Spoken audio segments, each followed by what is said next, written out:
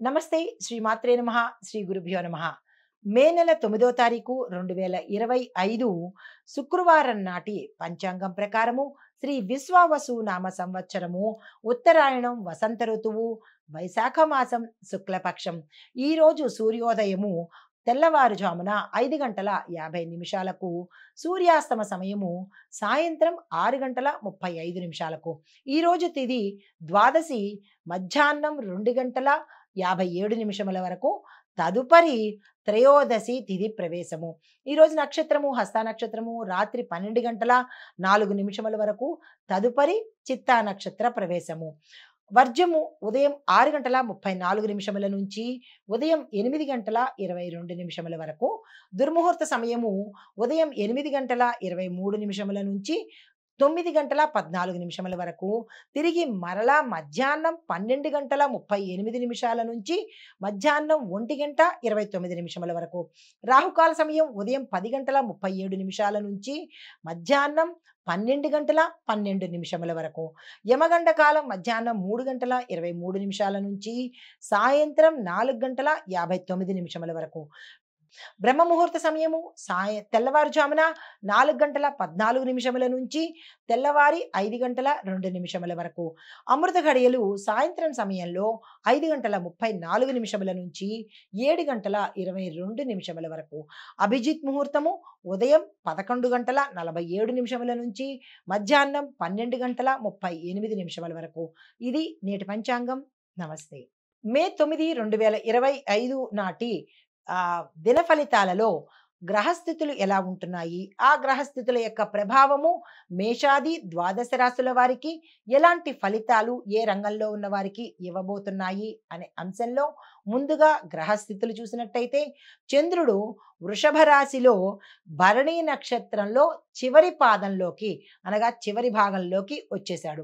సూర్యుడు బుధుడు శుక్రుడు మేషరాశిలోనే స్థిరంగా ఉన్నారు. కుజుడు మీనరాశిలోను, గురుడు వృషభ రాశిలోను, శని కుంభరాశిలో తిరోగమన స్థితిలో ఉన్నాడు. రాహువు మేషరాశిలోను, కేతువు తులారాశిలోను స్థిరంగా ఉన్నారు. అయితే వీరి యొక్క ప్రభావం ఎలా ఉంటుంది అన్ని రాశుల వారి మీద అంటే అలసట ఎక్కువగాను, తరువాత కొన్ని కొత్త సమస్యలు తెచ్చిపెట్టేటట్టుగా ఉండే అవకాశం కనబడుతోంది. సంయమనం పాటించండి, కంగారు పడకండి. అయితే ముందుగా మేషరాశి వారికి చూసుకున్నట్టయితే విద్యార్థులకు చూసిన నూతన విజ్ఞానము సంపాదించడానికి మంచి అవకాశము, ఆ దిశగా ప్రయత్నాలు చేసుకోండి.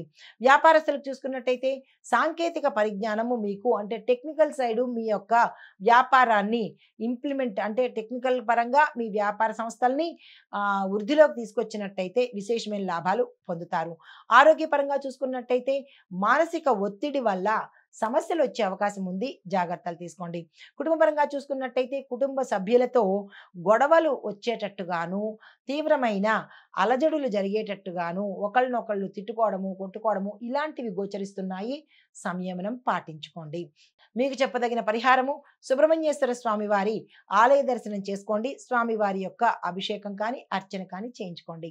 తదుపరి రాశి వృషభ రాశి. ఈ రాశిలో ఉండే విద్యార్థులకు చూసుకున్నట్టయితే కొత్త అవకాశాలు మీకు కనిపిస్తాయి, అందిపుచ్చుకునే ప్రయత్నం చేసుకోండి. వ్యాపారస్తులకు పాత ఒప్పందాలు సక్సెస్ సాధిస్తారు. పెట్టుబడులకు ఇది చక్కని సమయము, వెంటనే ఆ ప్రయత్నం చేసుకోండి. ఆరోగ్యపరంగా చూసుకున్నట్టయితే తీవ్రమైన అనారోగ్య సమస్యలు ఎక్కువగా గోచరిస్తున్నాయి, జాగ్రత్తలు తీసుకోండి. కుటుంబపరంగా చూసుకున్నట్టయితే కుటుంబం చాలా అన్యోన్యమైన వాతావరణంలో ఉంటుంది. ఎటువంటి అభిప్రాయ భేదాలు కానీ ఎటువంటి సమస్యలు కానీ ఈరోజు కుటుంబంలో కనిపించడం లేదు. పరిహారంగా శ్రీ విష్ణు సంబంధిత ఆలయ దర్శనం చేసుకోండి. స్వామివారి స్తోత్ర పారాయణ తప్పనిసరిగా చేసుకోండి. తదుపరి రాశి మిథున రాశి. ఈ రాశిలో ఉండే విద్యార్థులకు పోటీ పరీక్షలకు ఎవరైతే వెడుతున్నారో వాళ్ళు సక్సెస్ అయ్యేటట్టుగాను, క్యాంపస్ ఇంటర్వ్యూస్లో సెలెక్ట్ అయ్యేటట్టుగాను, విదేశాలు వెళ్ళడానికి మీకు గ్రీన్ సిగ్నల్ వచ్చేటట్టుగాను ఈరోజు కనబడుతోంది. ఆ ప్రయత్నాలు చేసుకోండి. అయితే వ్యాపారస్తులకు చూసుకున్నట్టయితే మీ యొక్క ఆర్థిక విషయాలు పునరాలోచన చేసుకొని అప్పుడు మీరు ముందుకు వెళ్ళే ప్రయత్నం చేయండి. నష్టపోయే అవకాశాలు చాలా ఎక్కువ కనబడుతున్నాయి. ఆరోగ్యపరంగా చూసుకున్నట్టయితే అలసట, బరువు పెరగడం లాంటివి గోచరిస్తున్నాయి. అలాంటి సమస్యలు కూడా వచ్చే అవకాశం ఉంది. దానికి తగిన పరిష్కార మార్గాలు చూసుకోండి. కుటుంబపరంగా చూసినట్టయితే కనుక కుటుంబ సభ్యులతో వాద ప్రతివాదనలు జరిగే అవకాశం కూడా కనబడుతోంది. సమన్వయ ధోరణి అవలంబించండి. తరువాత మీకు చెప్పదగిన పరిహారము గురు సంబంధిత ఆలయాలు దర్శించుకోండి. దీంతో పాటుగా దత్తాత్రేయ స్వామి వారి ప్రార్థన కానీ, స్తోత్రపారాయణ కానీ, స్వామివారి మంత్రం కానీ చదువుకున్నట్టయితే కొంత ఉపశమనం కలిగే అవకాశం కనబడుతోంది.